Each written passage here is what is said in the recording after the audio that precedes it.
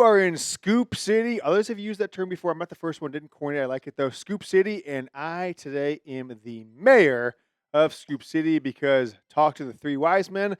Sources: Bryce Underwood can win the job. Right? Maybe not named publicly. We'll see. I don't think Sherrone Moore would shy away from it, but maybe he would.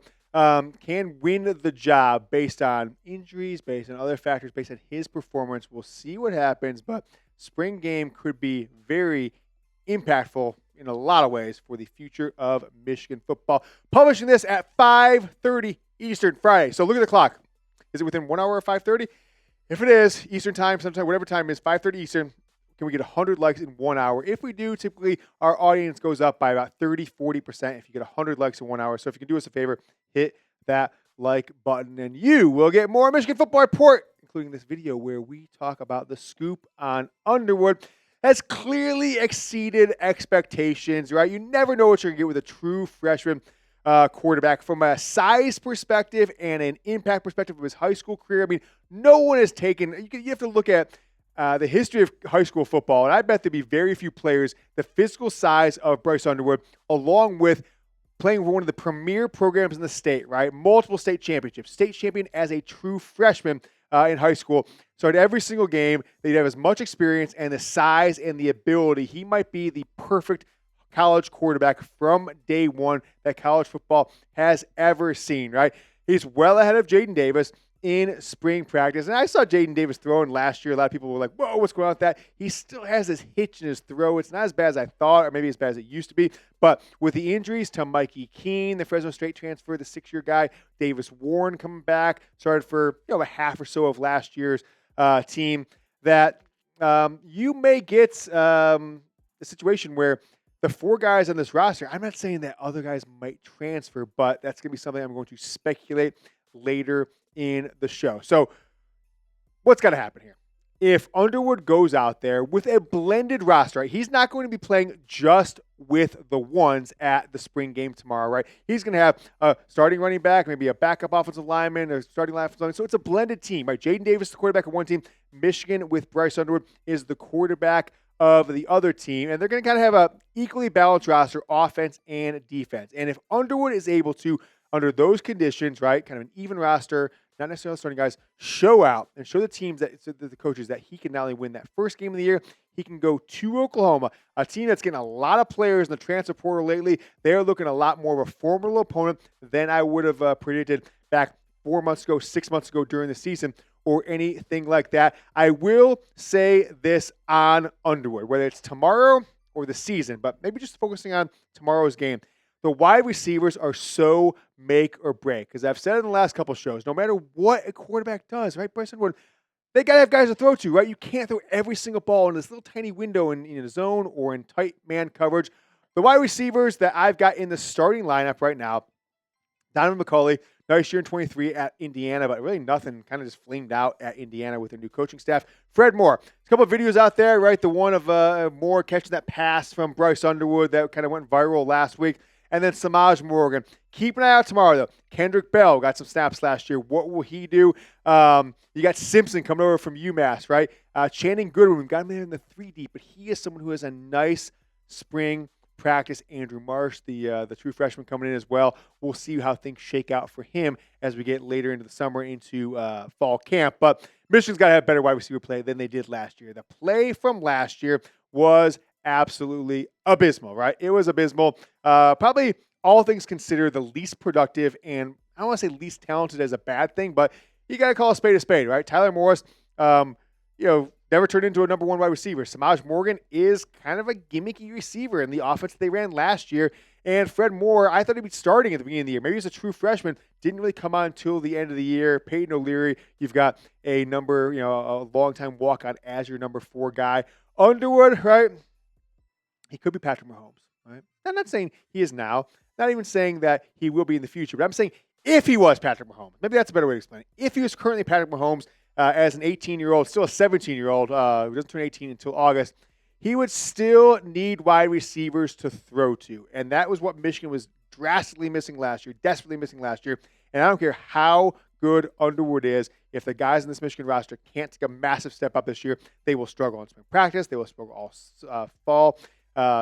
camp and into the 2025 season. So you might see Michigan make a big push in the transfer portal after tomorrow's spring game if we don't see and hear about some big-time wide receiver play that helps Bryce Underwood capture this job and makes Michigan a formidable offense next year. So let's just say he is the game one starter. Let's say he is starter for game one and starts every single game for the rest of the year, right? We always thought J.J. McCarthy was going to go for 30 and 35 touchdowns, but I think his best year was, 22, 23?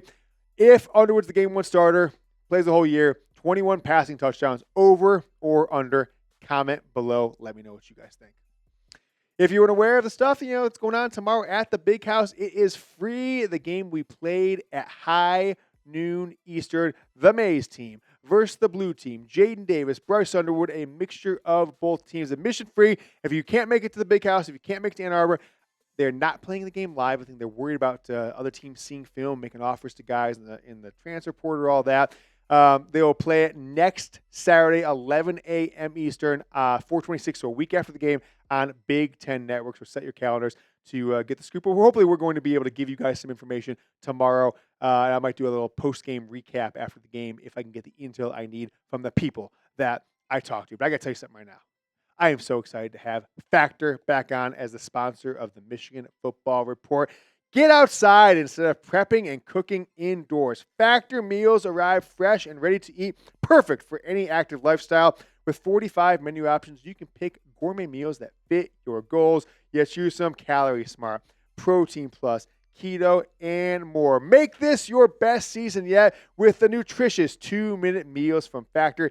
Eating well has never been this easy. You just heat up and enjoy, giving you more time to do what you want. Factor powers your day with satisfying breakfast, on-the-go lunches, premium dinners, and guilt-free snacks and desserts. It's easy to savor more this spring. Factor meals pack in the flavor with none of the fuss. Get started at factormeals.com/MichiganChat50 off. Use code MichiganChat50 off. That gets you 50% off your first box plus free shipping. Again, code MichiganChat50 off at factormeals.com/MichiganChat50 off. Link is down in the comments and the description, second paragraph description of today's Michigan Football Report. 50% off plus free shipping. So a source told me, hey, he's a big step above Jadyn Davis, right? With Davis worn out, Mikey Keene coming in injured, except can't be a part of it. I don't think they would have made this move and were willing to potentially tell the team or just assurances to Underwood himself that he could be the guy with outstanding performances on Saturday. If everybody was coming back, I think they would let it play out through the summer, play out through fall camp. But I think there's a little bit of talk of like, hey, some guys might want to know what their future is. And so maybe it's better for everybody if Michigan names them internally or externally after this game so that guys can potentially transfer. Now, he would maybe make history as the fourth player in the history of Michigan football's illustrious 145 years. Ricky Leach back in 1974 took a Michigan team to 8-2-2, right? They tied their second and third game, 2 ties, went undefeated the rest of the way, lost to Ohio State, lost to their bowl game. There's a little bit of trend here with him and then Chad Henne, of course. Henne, 2004, was named the starter the morning of the game against Miami, Ohio. Remember that. What's his name? Matt Gutierrez was maybe the slated starter, had an elbow injury. Henne, every game after that, missed a few games in 2007, his senior year. But Michigan started 9-1, still won the Big Ten, still went to the Rose Bowl, but they lost at Ohio State in 2004, a game they were favored and should have won. And then they lost in the bowl game against 2004 was against Texas. So started 9-1, lost their last 2 bowl game, Ohio State, just like Ricky Leach. And then Tate Forcier came in as a true freshman, and it was with a really untalented team in Rich Rod's second year. Michigan, I believe, started 4-1, and then only won 1 out of their last 6 games. One of the last 7 games went 1-6 down the stretch to finish 5-7. Lost to Ohio State again. Bryce Underwood's going to change that. He is going to beat Ohio State again. I have no doubt about that. I think Michigan can take this Buckeye team in 2025. I know they've got Caleb Downs. I know they have Jeremiah Smith, maybe the best 2 players in all of college football, but I think Michigan's got them. Bryce Underwood could be the reason why. Now, they have got to pick up wide receivers in the transfer portal. They have got to either have someone step up or they're going to have to make a big move in the transfer portal, right? there's plenty of players in this team, right? There's 7, 8, 9 guys who are either high-level recruits or have seen the field for this program or others. So if nobody can step up, so Michigan has at least 2, if not 3, players who could start for, let's say, any team in the Big Ten outside of, let's call it USC and Ohio State or something like that, maybe Oregon. If Michigan can't realistically look themselves in the mirror as a coaching staff and say that, they better go out and put some big money around 1 or 2 wide receivers in the transfer portal, because if you remember last year, this Michigan coaching staff, they lied to themselves about who they had at quarterback, and they better not do it again with wide receiver, offensive line, and defensive line, but maybe most importantly, at wide receiver. Was told when we filmed this one, hey, if you're going to put out Scoop City, you better get 30 subscribers. So subscribe to the show. If I don't get 30 subscribers, I might hold the next scoop back and just maybe not tell anybody about it. So subscribe at youtube.com/Michigan TV. Want to address this because this is one of my bigger takes and rants and just things that irritated me this past season. Worst quarterback play we've seen, maybe outside of 2008 with Steve Threet and Nick Sheridan. No offense to those guys. And Jadyn Davis couldn't get on the field except for one snap in, I think it was the Northwestern game, handed the ball off, and that was it. And people say, oh, his parents don't want him to play. Who cares what his parents want to play? If you're going to be a starting quarterback as a true freshman for the defending national champions, you do it unless there's something seriously wrong with your game. And I'm not, going to say Jadyn Davis is a bad player. He's got a hitch in his throw. It seems like it's improved. He can throw nice passes, but can he do this? I was showing Jack before we started filming, right? He kind of pulls the ball like this. He pulls it, and he kind of dips it and throws like that. It's like, yeah, bring me full screen there, Jack. It's like, step up. He looks good. It looks good. And it's like that. It's so strange. It's such, go look at the stuff Michigan's put out on social media. It's such a weird hitch. I'm not necessarily sure if it can be fixed. I don't think you can play Big Ten football like that because you go like this, you drop it, and either the quarterback's going to make a hit on the ball, you're going to throw a lot of interceptions, or the linemen are going to put their hands up or knock the ball down in your hands. It's just something you can't do it. That's why, quick release. You want to be sitting there, guy knows it, boom, throw the ball, and he does not have that. So if Bryce Underwood wins the job tomorrow, and Underwood knows it, if Underwood knows it, everybody's going to know it. If Underwood outplays him so much that Jadyn Davis just knows, hey, for the next 3 years, my redshirt freshman, redshirt sophomore, redshirt junior, I have only 1 year in history, left after Bryce Underwood has 3 years, if not 4, then Jadyn Davis might make a business decision, no matter how much he loves Michigan. Hey, look, if I'm going to play somewhere, it's not going to be here unless the guy I'm maybe becoming friends with, becoming buddies with, and Bryce Underwood gets injured or decides to transfer out himself. I think he might make the decision himself to seek greener pastures, not predicting it, but I heard the same rumblings on Benjamin Hall when they brought in, what's his name, the Alabama running back, Justice Haynes, in the January window. And so if he's that far behind Bryce Underwood, and it's pretty clear Underwood's going to be the starter, don't be surprised if in the next week that Jadyn Davis enters the transfer portal. Maybe he goes to a smaller school. Maybe he goes to an ACC school or something like that, but maybe like a University of Charlotte or something like that, back from where he grew up in the Charlotte area. So answer the question, will Jadyn Davis be on Michigan's 2025 roster? Give me a yes or a no. Add some commentary if you want. Predict down in the comments. My final word here is I think you could say that, look, Bryce Underwood is a year in school younger than Jadyn Davis, but I think he's almost 2 full years younger than him as the calendar, right? Jadyn Davis is an older 2024 recruit, and Bryce Underwood is a young, very young 2025 recruit. So there's almost 2 full years, right? By the time we're a month in the season, I have to look up Davis' exact birthday, but by the time September comes around, he's going to be 20 years old. Bryce Underwood's going to be 18, 2 weeks before the season even starts. He's a very, very young high school senior, now college freshman as of now. So his future might be on the line, right? He might not even see the month of May as a University of Michigan student, right? Finals are in a couple weeks, a week or so from now.